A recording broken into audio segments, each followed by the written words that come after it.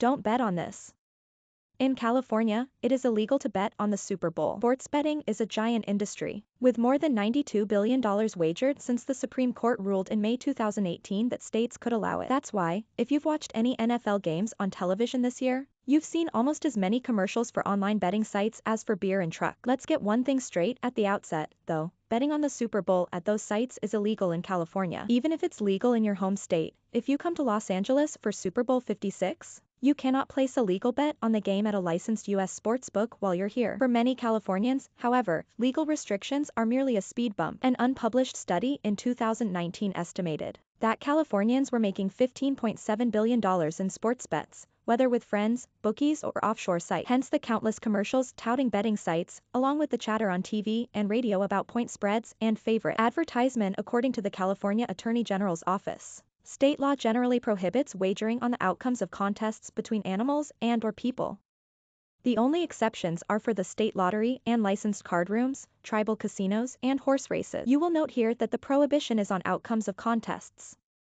That's one reason fantasy teams and drafts, the purview of companies such as FanDuel and DraftKings, can legally take money from people in California, even though the games they offer involve wagering. California state law is probably the broadest in the country when it comes to restricting gambling, said I. Nelson Rose, a gambling law scholar and emeritus professor at Whittier College. It makes it a crime, a misdemeanor, to accept, record, or even make a bet on a sports event. Obviously, nobody ever gets arrested for making bets on sports events, but it's clearly against the law. Federal laws, such as the Unlawful Internet Gambling Enforcement Act and the Illegal Gambling Business Act, bar gaming sites from operating in states that prohibit gambling. In 2011 and 2012, federal prosecutors brought charges against 4 major foreign online poker sites, successfully prosecuting a number of their executives. 3 of the companies remain in business, although they have stayed out of states where online poker isn't legal. The Supreme Court's 2018 ruling shifted the tide dramatically, and now 30 states have at least some kinds of legal sports betting within their borders. In California, however, legislation to create a regulated online gambling industry has been stalled amid tussling by the state's card rooms, its tribes,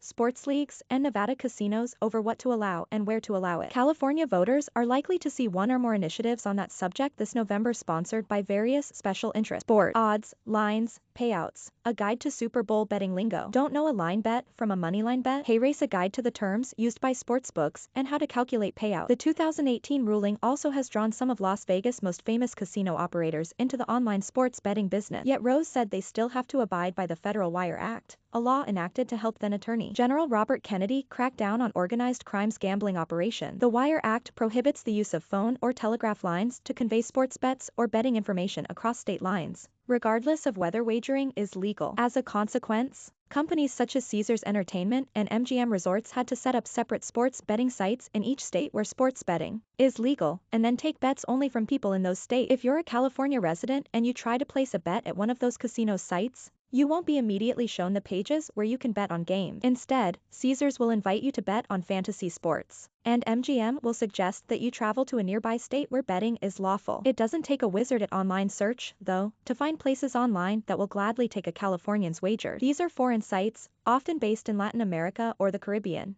and they contend that California law doesn't apply to them. They accept cryptocurrencies, which are exchanged anonymously, and at least some of them even take credit card payments from Californians, which federal law would seem to prohibit. Technology, a beginner's guide to cryptocurrency. By buying the naming rights to the arena formerly known as Staples Center, Crypto.com shone a national spotlight on the niche field of cryptocurrencies. Here is a guide to the world of Bitcoin, digital wallets, smart contracts, and other key pieces of the crypto puzzle. Jeff Ifrah, a gambling law expert who leads a trade association for regulated online gaming companies, doesn't buy the argument that offshore sites can legally take sports bets from Californians. The feds, of course, still have the authority to go after offshore sports betting, Ifrah said. Stephen M. Hart, an attorney in Phoenix who specializes in gaming law, said the key factor isn't where the sportsbook servers are. It's where the bets are placed. As long as the bet's being placed here in California, California has jurisdiction, Hart said. A state's authority does not stop at the border when gaming occurs in the state. Federal court rulings back that up. For example, Rose pointed to a 2018 ruling by the Ninth Circuit Court of Appeals holding that a tribal reservation's online bingo game violated the federal Unlawful Internet Gambling Enforcement Act when it accepted bets from players within the state's jurisdiction. Offshore sportsbooks may be counting on the insulation of distance to protect them from prosecution. Practically speaking, Hart said,